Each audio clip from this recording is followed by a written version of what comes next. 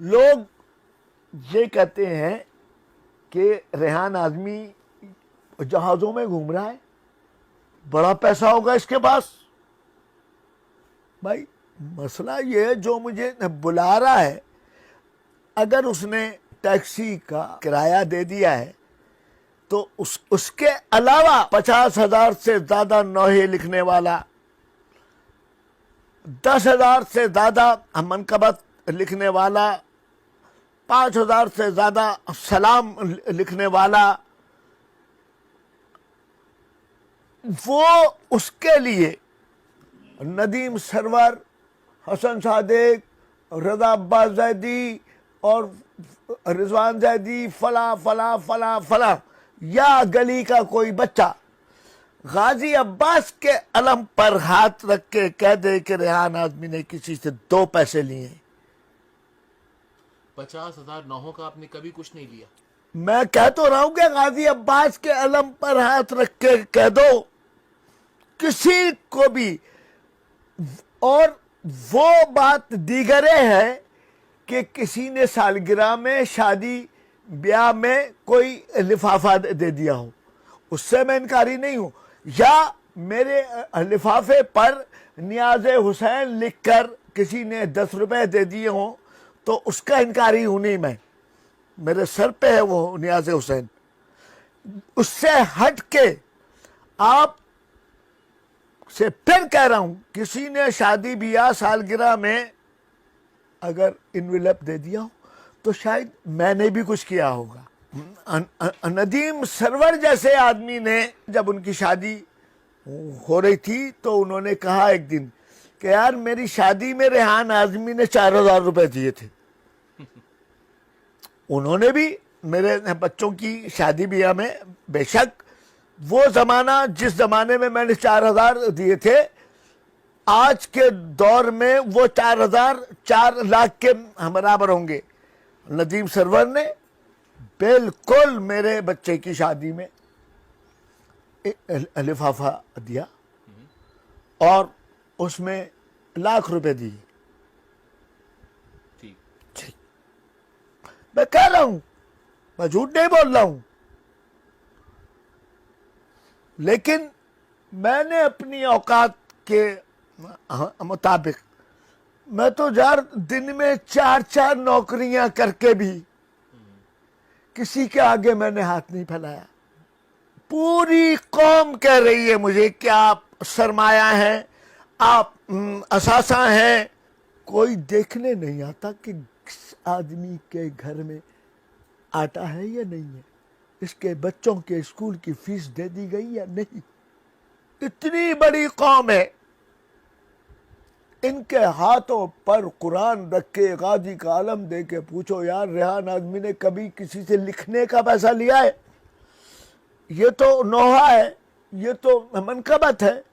ابا کا انتقال ہو گیا ہے، قبر کے کتبے کے لیے 4 شعر چاہیے. اماں مر گئی ہیں، ان کی قبر کے لیے 4 شعر چاہیے. ان کا سویم ہو رہا ہے، اشتہار کے لیے 4 شعر چاہیے.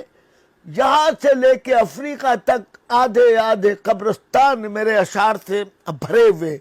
منکر نکیر جیسا شخص یہ حیران ہو کے پوچھتا ہے یہ کون آدمی ہے جو سب کی قبر میں گھسا ہوا ہے.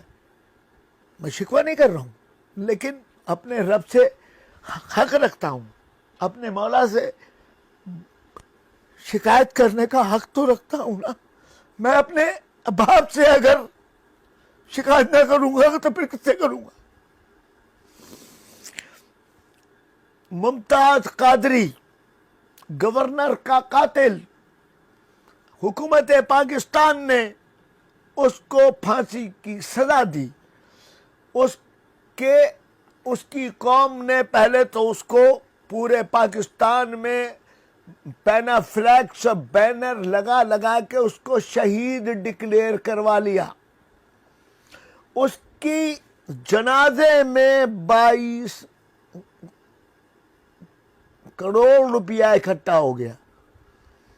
اللہ مجھے معاف کرے، میں شکوہ نہیں ہے میرا یہ، لیکن